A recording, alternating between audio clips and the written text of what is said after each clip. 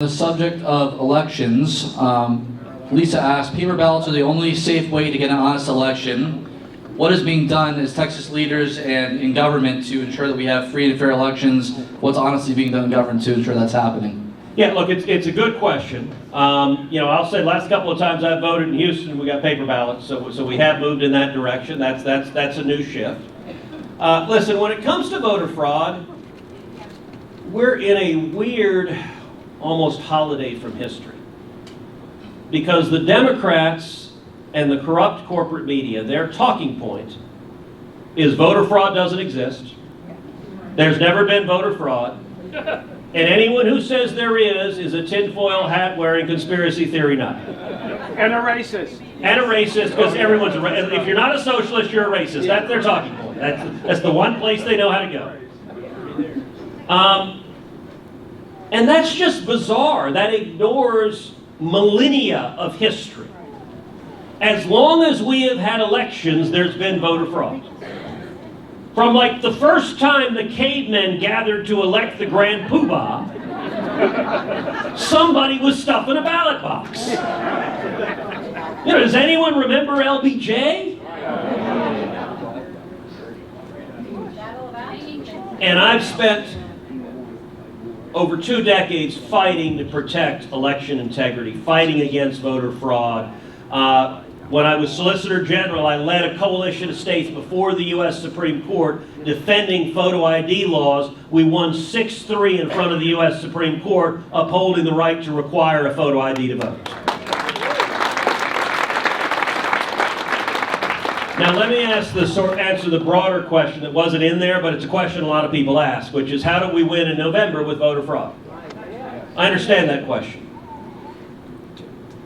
Here's the frustrating thing. We are in a different political arena than we've ever been. 5 years ago, you could get bipartisan agreement that voter integrity, election integrity is important. You could actually get some Democrats who would work with the Republicans on reasonable election integrity legislation. Today, every national Democrat has decided voter fraud is a good thing and it benefits them politically. So for example, let's take photo ID for voting. 80% of Americans support photo ID. 2/3 of African Americans support photo ID. Do you know how many Democrats in the Senate support photo ID for voting? Zero. Not a single one. Because they've decided it's good for us. If people cheat, they believe they'll elect Democrats. You don't have to ask what I believe. They believe that. So what does that mean? It means, what are the chances of reasonable election integrity legislation passing this Congress? I can quantify it precisely. 0.00%.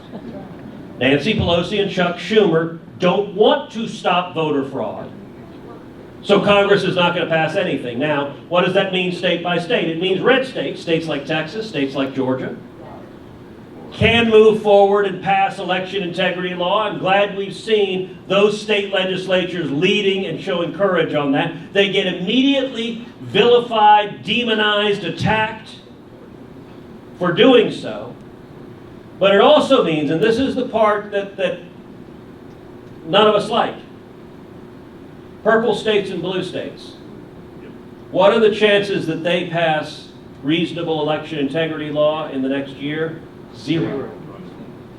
Now, so does that mean we can't win? No. It simply means we have to win by a big enough margin they can't steal it. Now, look, that's not fair, and it's frustrating. Let me tell you what the media wants. They want us to give up. They want to say to hell with it. We can't win, so we're staying home. And you know what? If we believe that, that's a self-fulfilling prophecy. And we lose this country and it becomes a socialist hellhole. That's their objective. And I want to point out, listen, Virginia is a blue state. It passed nothing to fight voter fraud. And we won it anyway because we won by a big enough margin they couldn't steal it. So that's what we've got to do in November, and then we've got to keep fighting against it every step of the way.